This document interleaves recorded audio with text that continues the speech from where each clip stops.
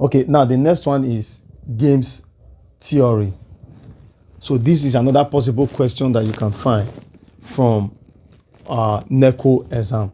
So what you're going to do is this. I will redraw this matrix in this format. I'll draw a box and include the numbers on those box. So I'm going to have 5, 8, 7, 3. So this is player P and this is player Q. So you are going to find the minimum, roll minimum. Okay, we are going to find the roll minimum. Roll minimum. Roll minimum means the smallest number across the row like this. So that's 5. And the row minimum for this is 3. Then we are going to find the column maximum.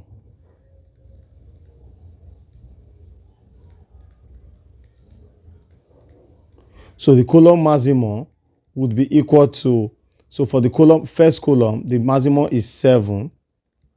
And the minimum is, the maximum on Q on the next column is 8. So from here, we're going to get the maximin. The maximin is the highest of the minimum number.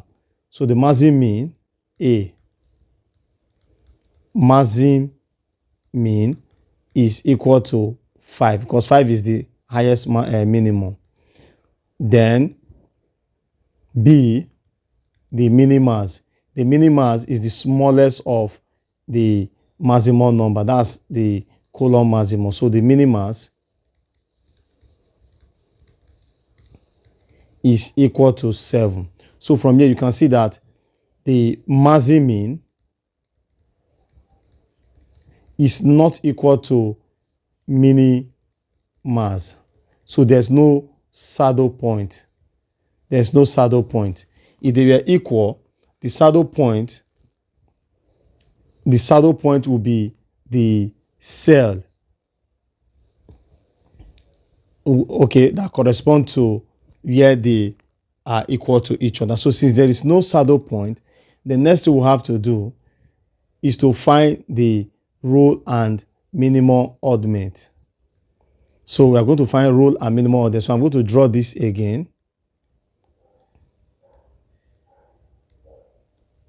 Then I'm going to put the numbers here again. 5, 8, 7, 3. So I'm going to have roll oddment. Okay, double D. It's double D, roll oddment, and column oddment. Okay, so I'm going to subtract 5 from 8. That's going to give me 3.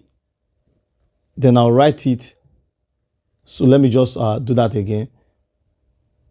8 minus 5, that's 3. Then I'll write it here. Then next one, I'll do 7 minus 3. Just subtract the smaller one from the larger one. Then I'll write it here. 7 minus 3 is 4. Okay, so that's the roll oddment. Now we're going to look for the column oddment. So for the column oddment, again, we'll do the same thing. So this time around, I'm going to say 7 minus 5. That's equal to 2. Then I'm going to have 8 minus 3. That's equal to 5. Just notice that when you add 4 plus 3, it's going to give you 7. And when you add 2 plus 5, it's going to give you 7. So the numbers, the addition of this number and this must be equal to the addition of these two numbers is equal to 7. So we are going to find player 1 strategy. So player Q strategy. So C, player Q strategy. It's going to be equal to just probability. We're going to write as probability. It's just 4, 4 divided by 7 here. So that's 4 over 7, comma, 3 divided by 7. That's 3 over 7. So that's player P strategy rather, not Q. Player P strategy. Then player Q strategy. So player Q strategy would be, because this was P and this was Q, would then be the same probability again. So I'll open this. Then I'm going to have 2 over 7, comma, 5 over 7. So that's player Q strategy. Very simple.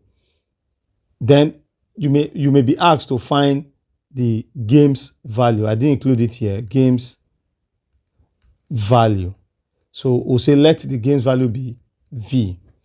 V, the game's value would be equal to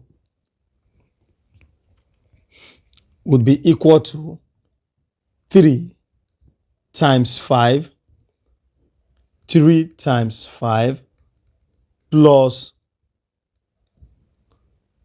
4 times 7 divided by the total sum here, 7.